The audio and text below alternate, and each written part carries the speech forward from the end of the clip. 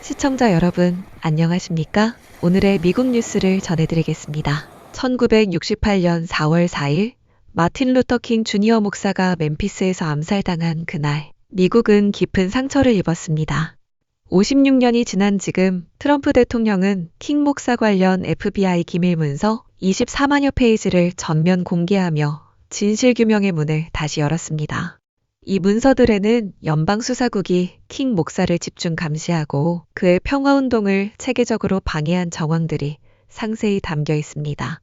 조카인 알비다 킹은 오랜 침묵을 깬 역사적 투명성이라며 환영 의사를 밝혔지만 자녀들인 마틴 3세와 버니스 킹은 가족의 아픔을 언급하며 조심스러운 입장을 보였습니다. 일부 시민단체는 이번 공개가 트럼프 대통령의 정치적 위기를 덮기 위한 물타기라고 비판하고 있습니다. 하지만 새로운 자료를 통해 암살의 배후를 재조명해야 한다는 목소리도 커지고 있습니다. 킹 목사가 남긴 "우리는 함께 형제로 살아야 하며 그렇지 않으면 함께 멸망하게 된다는 말은 오늘날에도 많은 사람들에게 깊은 의미로 다가오고 있습니다. 다음 뉴스입니다. 7월 4일 트럼프 대통령이 서명한 HR1 법안이 발효되면서 미국은 모든 비이민 비자에 대해 $250의 비자 무결성 수수료를 새롭게 부과합니다. 관광비자부터 유학, 취업비자까지 대부분의 신청자가 대상이며 해당 수수료는 비자 발급 시점에 1인당 별도로 징수됩니다. 면제나 감면은 불가능하고 기존 신청 수수료와 별도로 부과되며 한 가족이 함께 신청할 경우 수수료만 수백에서 $1,000에 이를 수 있습니다. 수수료는 2025년 말 또는 2026 회계연도 초부터 시행될 예정이지만 국토안보부와 국무부는 아직 구체적인 집행 방안을 발표하지 않았습니다. 법적으로는 비자 만료 후 조건을 모두 충족할 경우 환불이 가능하도록 설계돼 있지만 관련 시스템은 전무해 사실상 비환불 비용으로 받아들여지고 있습니다. 전문가들은 이 제도가 기업의 해외 인재 채용과 유학생 부담 모두에 큰 영향을 미칠 수 있다며 예산 재조정과 여행 신분 변경 시점에 대한 전략적 대응이 필요하다고 조언합니다. 다음 뉴스입니다. 미국 노동부가 60건 이상의 노동규제를 대거 개편하거나 폐지하는 계획을 공개했습니다. 이번 조치는 트럼프 대통령의 규제 완화 기조에 따른 것으로 가정간병인, 장애인 근로자, 이주농장 노동자 등 다양한 분야가 영향을 받습니다.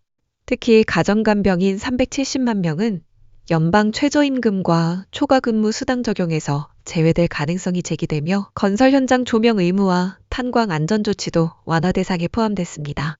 노동부는 시대에 뒤떨어진 규제를 걷어내겠다고 밝혔지만 노동계는 노동자 안전을 위협하고 여성과 소수자에게 더 큰 피해가 갈 수 있다고 반발하고 있습니다. H-2A 비자를 가진 이주 노동자 보호 조항도 폐지 대상이 올라 농장 고용주에 의한 보복 가능성에 대한 우려가 커지고 있습니다. 이번 규제 완화안은 아직 시행되지 않았으며 향후 공개 의견 수렴과 심의 과정을 거칠 예정입니다. 다음 뉴스입니다. 트럼프 대통령이 미국의 유네스코 탈퇴를 다시 단행하기로 결정했습니다. 백악관은 유네스코가 반미 반이스라엘 성향을 띠며 중국과 급진적 사회 의제를 지지하고 있다고 지적했습니다. 특히 유네스코가 유대교 성지를 팔레스타인 세계문화유산으로 지정하거나 반이스라엘 결의안을 다수 채택한 점이 탈퇴 배경으로 꼽힙니다.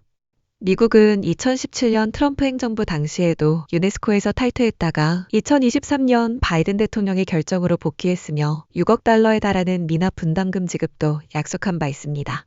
이번 탈퇴 결정은 유네스코의 다양성 젠더 정책과 반중국 견제라는 미국 내 정치 구도의 충돌이 국제 무대까지 확장된 사례로 해석됩니다.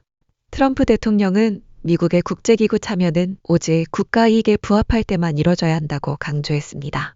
다음 뉴스입니다. 코카콜라가 올가을 미국산 사탕수수를 사용한 신제품 콜라를 출시할 계획이라고 밝혔습니다. 이는 트럼프 대통령이 지난주 코카콜라는 고과당 옥수수 시럽 대신 설탕을 써야 한다고 언급한 데 대한 대응으로 해석됩니다. 다만 기존 제품을 전면 교체하는 것은 아니며 새로운 제품을 기존 라인업에 추가하는 방식으로 진행됩니다. 그동안 미국 내 일부 매장에서 멕시코산 콜라나 패스오버 콜라 형태로 사탕수수 설탕이 사용된 제품이 한정 판매돼 왔지만 정식 출시되는 건 이번이 처음입니다. 특히 이번 신제품에 사용되는 설탕이 플로리다와 루이지애나 산이라는 점에서 트럼프와 정치적으로 가까운 지역 산업이 수혜를 볼 것이란 관측도 나옵니다. 코카콜라는 소비자 선택지를 넓히고 핵심 브랜드를 보완하기 위한 결정이라며 구체적인 출시 일정과 브랜드명은 추후 공개하겠다고 밝혔습니다. 다음 뉴스입니다. 미국이 정찰 및 타격 능력을 갖춘 MQ-9 리퍼 무인기를 오는 9월부터 한국에 순환 배치할 것으로 알려졌습니다. 조선일보 보도에 따르면 리퍼 드론은 군산 공군기지에 약 3개월간 배치될 예정이며 이는 한반도 내 최장기 운용 사례가 될 전망입니다. MQ-9은 최대 1150마일의 비행거리와 헬파이어 미사일 8발을 탑재할 수 있는 정밀 타격용 드론으로 올해 4월 한반도에서 실사격 훈련도 진행한 바 있습니다. 이번 배치는 미군의 A-10 공격기를 철수시키는 대신 정찰 역량을 강화하려는 전략으로 북한뿐 아니라 중국의 해양 활동에 대한 억제력을 동시에 노린 것으로 풀이됩니다. 미국 제7공군은 한미 연합방위 태세를 유지하고 강화하는 데 만전을 기하고 있다고 밝혔습니다. 전문가들은 리퍼 드론이 감시 정찰을 중심으로 하되 필요한 경우 정밀 타격 능력까지 갖춘 전장 유연성을 제공할 것으로 평가하고 있습니다. 다음 뉴스입니다.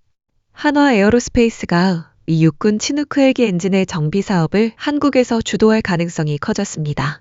한국과 미국 국방당국은 양국 간 최초의 항공 MRO 협력 사업으로 치누크 헬기용 T-55 엔진 정비 시범 사업을 시작한다고 밝혔습니다. 미국 인도태평양 지역에서 운용되는 해당 헬기의 엔진 정비는 앞으로 한국 내에서 이루어지며 한화 에어로스페이스는 국내에서 유일하게 이 작업을 수행할 기술력과 경험을 갖춘 기업입니다. 한화 측은 지난 46년간 5,700기 이상의 항공 엔진을 정비해온 기술력을 바탕으로 글로벌 MRO 시장 진출도 함께 모색하겠다고 밝혔습니다. 이번 결정은 안정적인 전력 유지와 지역 안보를 위한 미 국방부의 RSF 구상에 따른 것으로 양국은 이번 주 방산업체들을 공동 방문하며 추가 협력 가능성도 논의할 예정입니다. 국방부는 한국 방산업체의 MRO 참여 확대는 연합 전비태세 강화와 함께 국내 방산산업의 성장을 이끌 수 있을 것이라고 강조했습니다. 마지막 뉴스입니다. 러시아 법원이 미국 소유의 식품기업 글라브 프로덕트와 창업주 레오니드 스미르노프의 전 자산을 몰수하라는 검찰의 청구를 받아들였습니다. 이로써 글라브 프로덕트는 트럼프 대통령의 복귀 이후 미러간 완화 국면 속에서도 첫 국유화된 미국계 민간 자산으로 기록됐습니다.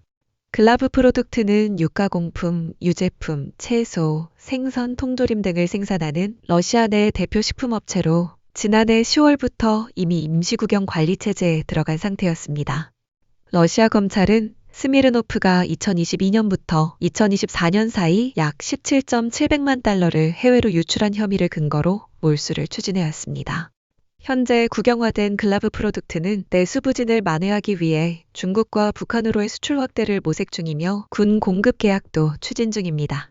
스미르노프는 1970년대 소련을 탈출해 미국에 정착한 뒤 1990년대 말 러시아의 글라브 프로덕트를 설립했습니다. 이상으로 오늘의 뉴스를 마칩니다. 지금까지 시청해주셔서 감사합니다.